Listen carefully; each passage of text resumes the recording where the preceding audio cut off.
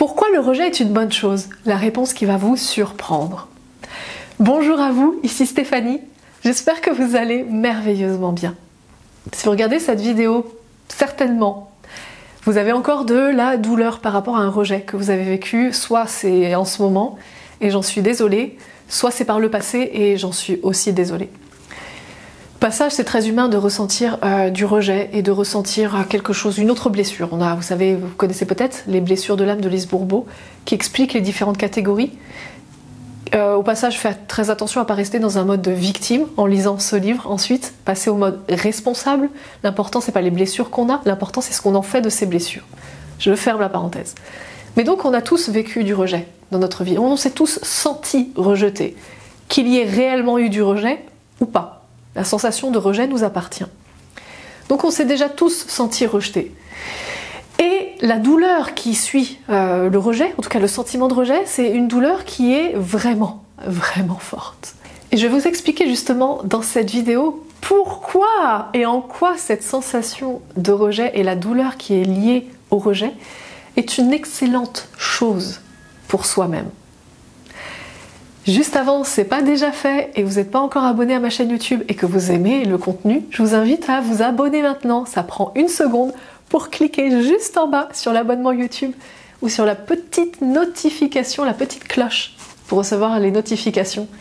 Comme ça, vous serez notifié lorsque je sortirai les prochaines vidéos et vous n'allez pas les rater parce que ce serait dommage de les rater. Alors, je vais juste continuer maintenant en quoi le rejet est vraiment une bonne chose pour vous. Quand on a vécu des choses assez difficiles et qu'on s'est senti vraiment rejeté par l'être qu'on aimait le plus au monde, parce qu'en général, le plus on aime quelqu'un, et donc le plus il y a matière à ce que notre cœur soit brisé. C'est-à-dire, notre cœur, c'est un accès. On donne l'accès à notre cœur ou on ne donne pas l'accès à notre cœur. Et quand on donne 100% l'accès à notre cœur, ça veut dire que on donne aussi potentiellement l'opportunité à l'autre de venir y planter un gros pieu dans le cœur, un gros poignard dans le cœur et donc ou piétiner notre cœur. Bref, quand on donne l'accès, on donne donc l'accès à beaucoup de bonheur comme aussi à beaucoup de douleur. Et quand on a vécu cette douleur-là, très souvent on fait un amalgame. On fait un amalgame entre ce qui est douloureux est négatif. Et ce qui est agréable, en fait, est positif. Sous-entendu, la souffrance, la douleur, le rejet, la tristesse, la colère, c'est quelque chose de négatif. Et sous-entendu, la joie, l'amour, la légèreté, ce sont des choses qui sont positives. Alors qu'en fait, négatif et positif, ce n'est qu'un jugement qu'on pose sur les choses. C'est-à-dire, il n'y a rien qui soit positif ou négatif d'un point de vue extérieur. C'est juste nous par rapport à nous-mêmes.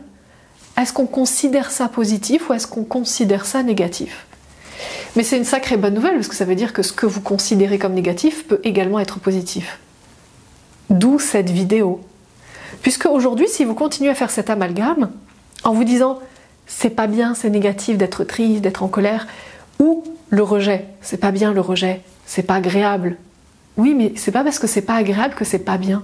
C'est pas parce que c'est pas agréable que ça devrait pas vous arriver. C'est pas parce que c'est pas agréable que c'est désagréable que du coup vous devriez y mettre fin tout de suite.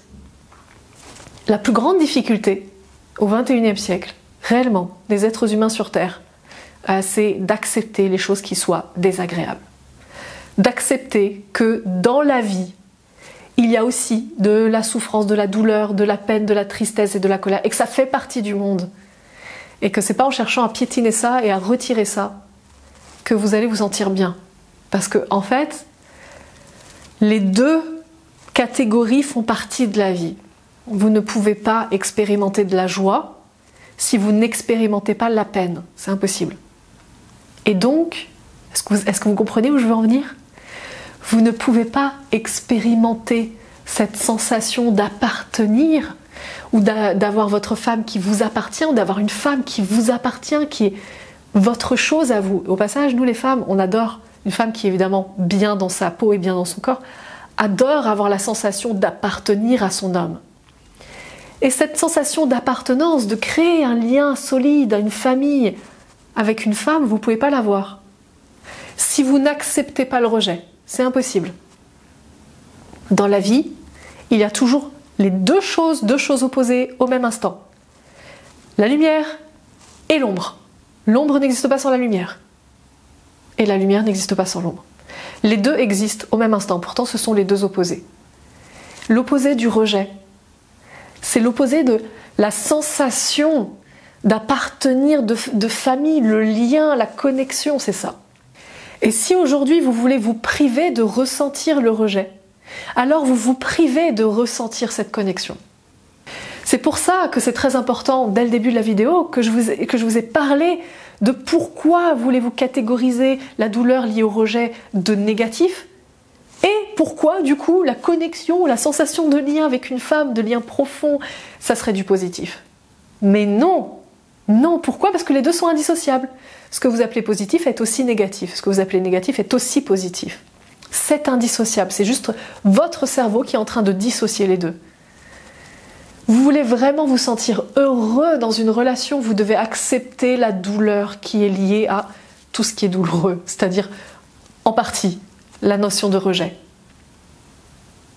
Et le plus vous acceptez de ressentir le rejet quand il est là, alors je ne dis pas de créer le rejet même quand il n'est pas là, simplement quand vous avez une sensation de rejet, quand vous vivez intensément le rejet, c'est dur, oui bien sûr c'est dur parce que c'est douloureux, évidemment c'est douloureux, on n'a pas envie, on a envie que ça s'arrête, on a envie que ça change, mais le plus vous vous laissez transpercer par cette sensation, le moins vous cherchez à contrôler, le plus vous laissez envahir par cette sensation et le plus ça part. Et le plus c'est « oh c'est plus là, ça va mieux ».